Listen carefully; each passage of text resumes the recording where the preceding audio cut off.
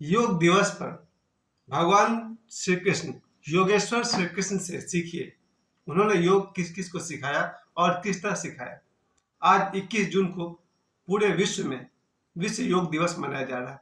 इस अवसर पर मैं आपको बताना चाहता हूँ योगेश्वर भगवान श्री कृष्ण ने किसे अपना योग सिखाया, अपना ज्ञान दिया और किस किस को उन्होंने योग सिखाया और किस तरह से योग सिखाया।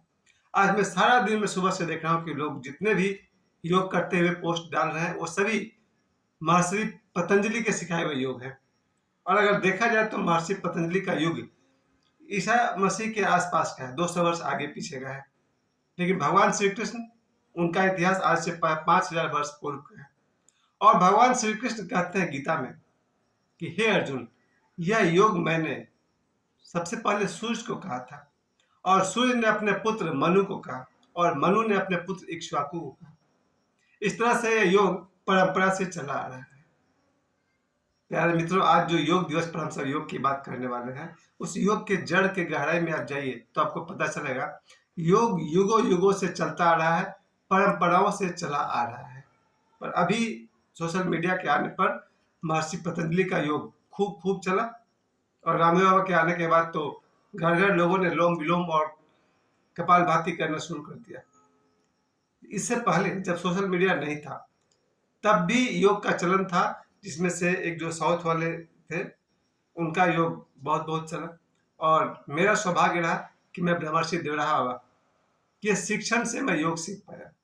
मैं जो योग करता हूँ वो ब्रह्मर्षि देवराहा बाबा का सिखाया हुआ है। मैं जो योग करता हूँ ओशो का करवाया हुआ योग है। वो जब डायनेमिक करवाते हैं उसमें 2 पार्ट है योग का, भस्त्रिका है और कपालभाति है, थोड़ा अलग ढंग से है।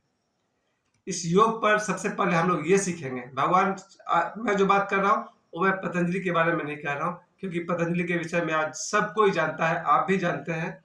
और रामदेव बाबा ने तो उनको इतना आम कर दिया है कि देश विदेश शायद दुनिया में लोग महर्षि पतंजलि का ध्यान ध्यान तो नहीं, योग कर रहे हैं उनका। लेकिन जो भगवान कृष्ण ने जो चाबी दी है योग का, वो मैं आपको बताना चाहता हूँ। सबसे पहले भगवान श्री कृष्ण जो योग की चाबी देते हैं तो वो बात करते हैं भक्ति योग, ज्ञान योग, सांख्य योग, कर्म योग। इसके अलावा और भी सारे योग हैं, ध्यान योग है।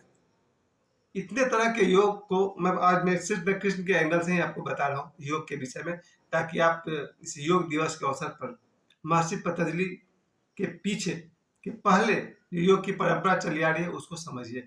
उसको समझे बिना अगर आप में अनुशासन नहीं रहा तो फिर योग करना भी बेकार चला जाएगा। जो है ना वो पतंजलि का पहला सूत्र, अथ योग अनुशासनम। बिना अनुशासन के योग करना बेकार है और बिना योग के अनुशासन आएगा नहीं। बड़ा अजीब बात है, दोनों कनेक्टेड है।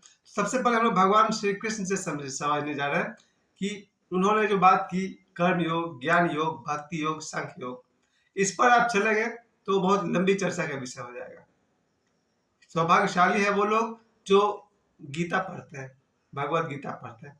और मुझे याद है मैं 30-35 वर्षों से प्रतिदिन एक श्लोक या 2 श्लोक का पाठ करता हूँ।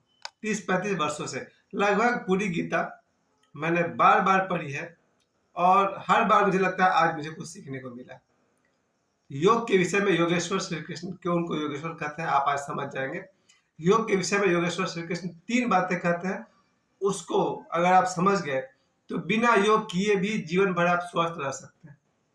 जी हाँ, मैं फिर से रिपीट कर दूं, बिना योग किए भी जीवन भर स्वस्थ रह सकते हैं। भगवान कृष्ण के 3 बातों को समझ लीजिए तो भगवान श्री कृष्ण कहते हैं गीता में एक जगह, यह योग न तो उनका सिद्ध होता है जो ज्यादा भोजन करते हैं, न उनका सिद्ध होता है जो कम भोजन करते हैं। यानी कि भोजन बैलेंस होना चाहिए, संतुलित होना चाहिए। ज्यादा खाने वाले का भी योग सिद्ध नहीं होगा और कम खाने वाले का भी योग सिद्ध नहीं होगा। दूसरी बात कहते हैं, ज्यादा सोने वाले का भी योग सिद्ध नहीं होगा, कम सोने वाले का भी योग सिद्ध नहीं होगा। यानी कि नींद प्रॉपर होनी चाहिए, संतुलित होनी चाहिए। न तो ज्यादा सोने वाले योगी बन सकते हैं और न कम सोने वाले योगी बन सकते हैं। और तीसरी बात है श्रम, जो ज्यादा श्रम करेगा वो भी योगी नहीं बन सकता, जो कम श्रम करेगा वो भी योगी नहीं बन सकता। और हम अगर अपने जीवन में इन 3 चीज को संतुलित कर लें, आहार को, निद्रा को और श्रम को, तो फिर हम स्वस्थ रह सकते हैं जीवन भर। जरा सोचिए, कोई व्यक्ति अगर उचित मात्रा में उचित गुण वाले भोजन करता हो, न कम न ज्यादा, क्या वो बीमार पड़ेगा? शायद नहीं। जो व्यक्ति सम्यक सोता हो, न ज्यादा न कम, 6 घंटे 7 घंटे के आसपास, क्या वो बीमार पड़ेगा? शायद नहीं। श्रम, जो व्यक्ति योग्य मेहनत करता हो, कोई किसान है, कोई टीचर है, कोई कुछ और है, जो व्यक्ति उचित मात्रा में मेहनत करता हो, श्रम करता हो, विश्राम करता हो उचित मात्रा में, क्या वो बीमार पड़ेगा? नहीं। इस तरह से भगवान श्री कृष्ण कहते हैं कि ये योग उनका सिद्ध होता है जो न ज्यादा खाते हैं न कम खाते हैं, न ज्यादा सोते हैं न कम सोते हैं, न ज्यादा श्रम करते हैं न कम श्रम करते हैं। इसके बाद योग करने की विधि जब भगवान श्री कृष्ण बताते हैं तो कहते हैं कि सीधा बैठ करके, यानी कि रीढ़ सीधी हो, हमारी रीढ़ सीधी हो, गर्दन सीधी हो, और अपनी आंखों से नासिका के अग्रभाग को देखें। इसके दो अर्थ लोगों ने किए। एक अर्थ किया गया, कुछ योगियों ने नाक के इस हिस्से को देखा, कुछ योगियों ने इस हिस्से को देखा, ऐसे करके। जैसे महाअवतार बाबा जी वाली जो परंपरा है, क्रिया योग वाली परंपरा, उसमें लाहिड़ी मास है, योगानंदी, युक्तेश्वरी गिरी। महाअवतार बाबा जी के आप फोटो देखेंगे, वो ऊपर देख रहे हैं, यहाँ से देखते हैं, वो मानते हैं नाक का अगला हिस्सा इसको। कुछ लोग नाक के अगले हिस्से को देखते हैं और यहाँ से वो अपनी ध्यान साधना करते हैं। मुझे लगता है दोनों स्थिति में आपकी तीसरी जो आंख है उस पर जोर पड़ता है और आज्ञा चक्र आपका सक्रिय होता है। चलिए, भगवान श्री कृष्ण के अनुसार आपको नासिका के अगले भाग को देखना है सीधा बैठ करके। इसके अलावा अभी आज 2025 के युग में अगर देखा जाए, अयंगार साहब की मैं बात कर रहा था। अयंगार साहब उस समय साउथ के थे, दक्षिण भारत के थे। उन्होंने योग 1950-55 के बाद से, जहाँ जहाँ धनबाद में भी उनका योग हुआ था, मेरे स्वामी जी हैं, बड़े भाई हैं, उन्होंने योग किया है उनके इंस्ट्रक्शन में। अयंगार साहब को हम लोग दूरदर्शन पर DD1 पर देख देख करके योगा करते थे। उन्हीं के जमाने में फिर ब्रह्मर्षि देवरा बाबा, उन्होंने भी योग सिखाई। उनका तो सिखाया हुआ योग इतना कठिन है कि आप कहिए तो हठ योग है वो सब। हठ योग जो होता है थोड़ा कठिन होता है। एक जो हम लोग जो योग करते हैं वो हठ योग नहीं है, लेकिन जो जैसे कपाल भाती, ये भी हठ योग में आता है। ऐसे ऐसे बजरौली है, हठ योग में आता है। बहुत सारे, खासकर देवरा बाबा का तो जितना भी योग है वो सब हठ योग में आता है। मुझे लगता है बिना किसी गुरु के हठ योग तो करना ही नहीं चाहिए। गुरु के इंस्ट्रक्शन में ही हठ योग करना चाहिए। सामान्य जीवन में हम सब जो टीवी पर देख देख के योग करते हैं, रामदेव बाबा को देख करके, वो थोड़ा बहुत स्वस्थ है, उसमें ज्यादा खतरा नहीं है। मेरा मानना है कि हर व्यक्ति को 24 घंटा में 1 घंटा योग करना चाहिए। उसमें से ध्यान योग भी करना चाहिए। उसी 1 घंटे के भीतर आप 10 मिनट कपालभाति कर सकते हैं, आप 10 मिनट भ्रामरी कर सकते हैं, आप 10 मिनट लोम विलोम कर सकते हैं। इस तरह के ध्यान को करते हुए फाइनली आपको ध्यान योग में उतर जाना चाहिए, यानी अंततः आंख बंद करके अपने भीतर प्रवेश। यानी कि 1 घंटा अगर हम योग को देते हैं तो हमारे जीवन में अनुशासन आएगा। और इसका उल्टा भी है, अगर जीवन में अनुशासन रहा तो आप अगला दिन ध्यान कर पाएंगे। जरा सोचिए, जो व्यक्ति रात भर ठीक से सोया नहीं, क्या कल वो योग कर पाएगा? जो व्यक्ति ठीक से खाना नहीं खाया, कम या ज्यादा खाया, क्या वो कल योग कर पाएगा? इसलिए ये मेरी अपनी समझ है, जो अनुशासन में जीते हैं वही योग कर सकते हैं, और जो योग करते हैं वही अनुशासन में जी सकते हैं।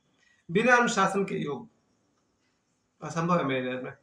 मुझे तो ये भी आश्चर्य होता है, बहुत सारे लोग ऐसे होंगे जो शराब भी पी लेते होंगे और अगला दिन योगा भी कर लेते होंगे। मुझे ऐसा लगता है, क्योंकि मेरे बहुत सारे साथी हैं जो योग तो करते हैं पर लेते नहीं है थोड़ा थोड़ा।